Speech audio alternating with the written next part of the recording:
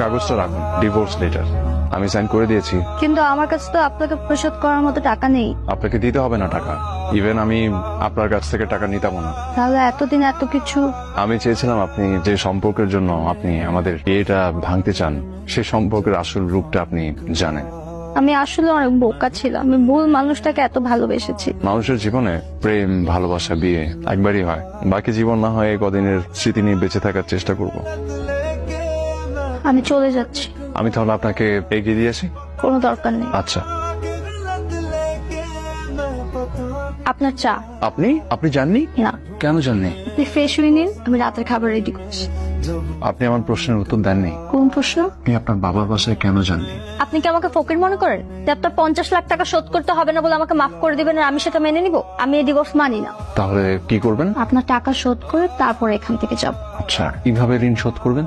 আপনি সংসার খরচের জন্য